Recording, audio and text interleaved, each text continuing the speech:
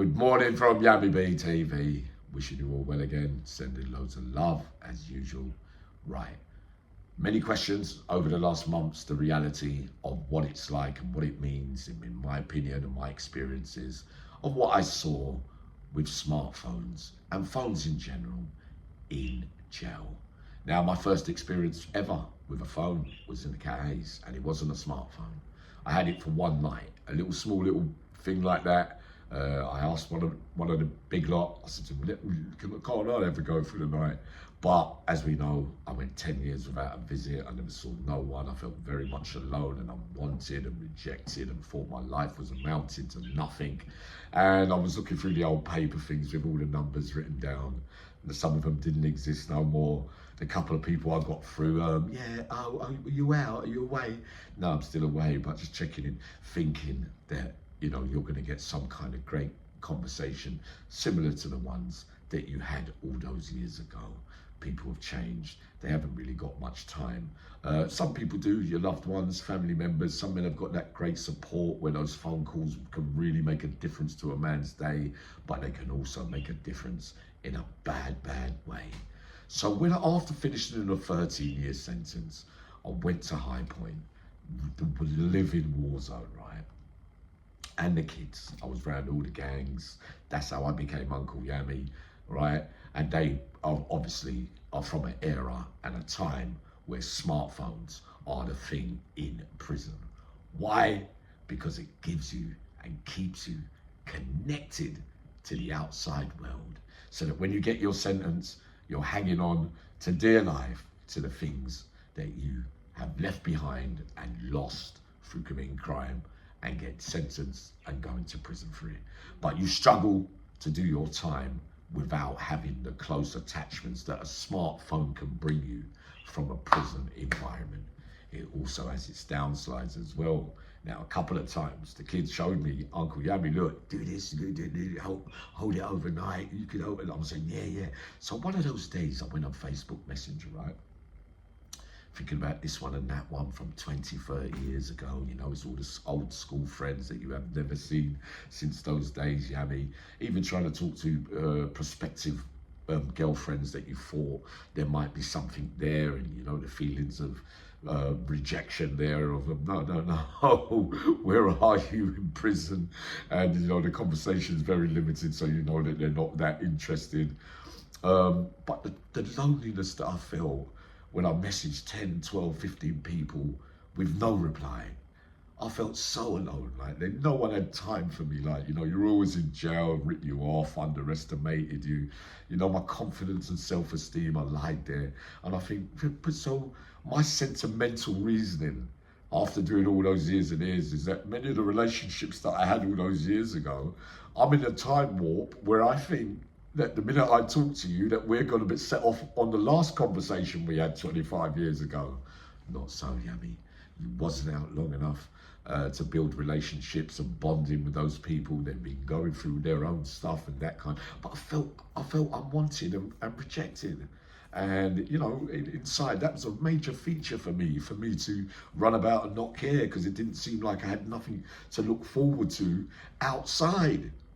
Now, when the kids came, the gang culture and all different sides, and they could get hold of the smartphones, and they showed me this app and that app, and I was saying, Yummy, watch this, look, and people watching funny stuff in there, not really funny stuff, normal stuff if you like, at night, or catching up with the latest stuff on YouTube. I didn't know about it then, and all the apps, and keeping in touch with what's going on outside, the things that you were not meant to be able to have access to, because you got sentenced by a court, and all those things are meant to be left behind. So the safe haven of having the phone as your security and your one link to all the girls you want to talk to, or ladies, or keeping close and phoning your missus 10 times a day so they can't really listen to your conversations on the blue phone. You want private stuff kept to yourself, so that's one of the other reasons. And when people are out partying and showing, he's here, they're all having a good time, and everybody's getting excited. I wish I was there. As soon as that phone hangs up, And you lie there and you think, oh God, he's there, she's there, what's being said there? Because, you know, the thoughts are heightened in prison. You know, you overthink things.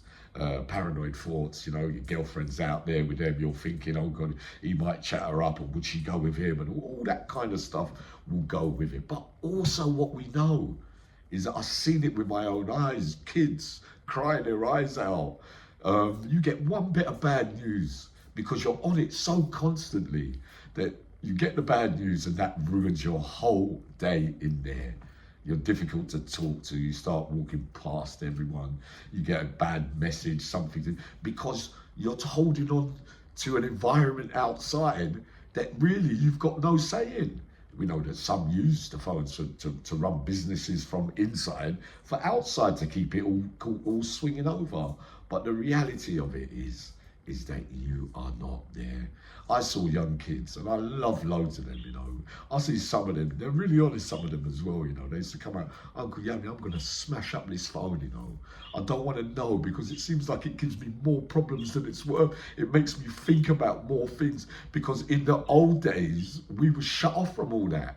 So you're not emotionally attached to the outside world. You could say, it's a good way of having it now because you can keep in touch with, you know, the real world outside, how it's moving on, so that when you come out, it's not such a shock culture to anyone like it was to me. You come out and you don't know how to do this and do the passwords, and you know how to, you're not savvy like that, but the kids obviously are, you know, so there's that benefit, and you're in touch with the roads. But depending on what you want to do when you get out as well, of course, a lot of things that you can study by having those smartphones as well.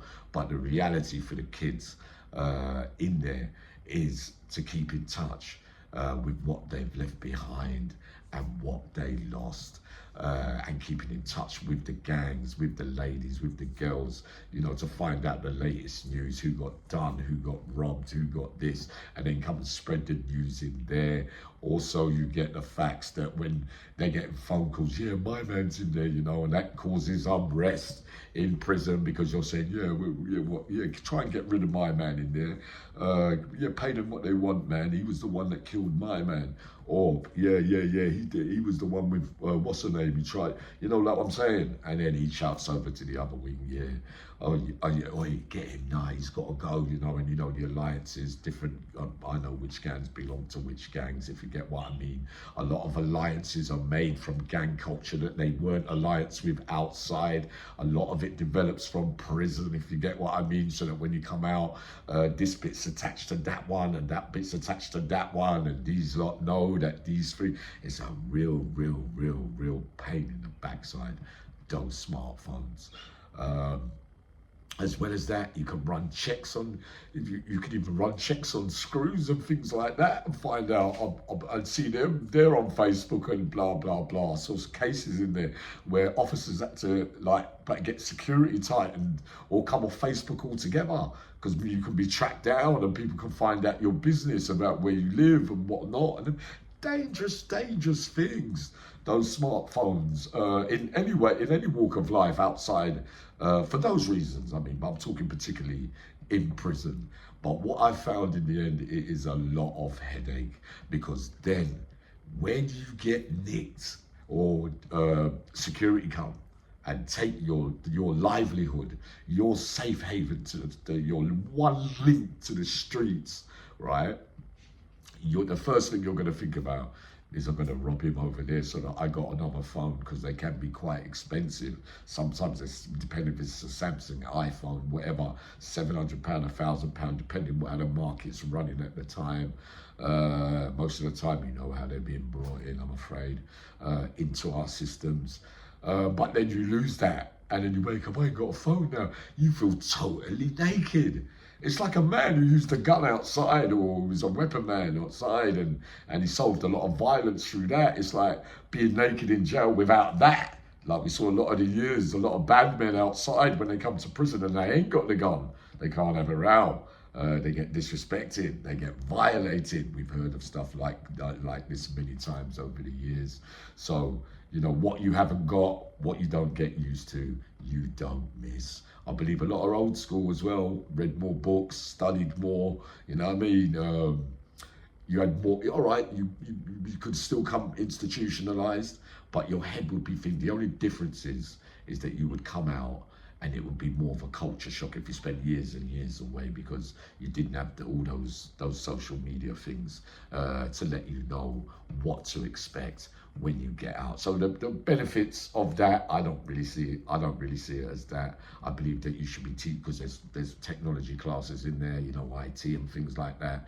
There's other ways of getting information from other things in there.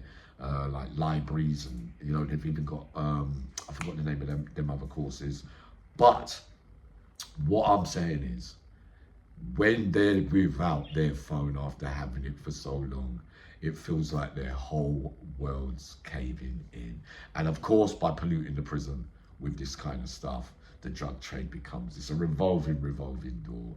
The send outs, there's a code, send that, I'll send that, give them my number, I'll ring them. So in fact, you're going to prison now, you're not really getting punished that badly. It's easier to make money, but also emotionally for you lot, if you think that that's going to be your life-saving grace because you can hang on to those little bits on the outside world, there is also a downslide to that as well. I'll be up very shortly. See you very soon.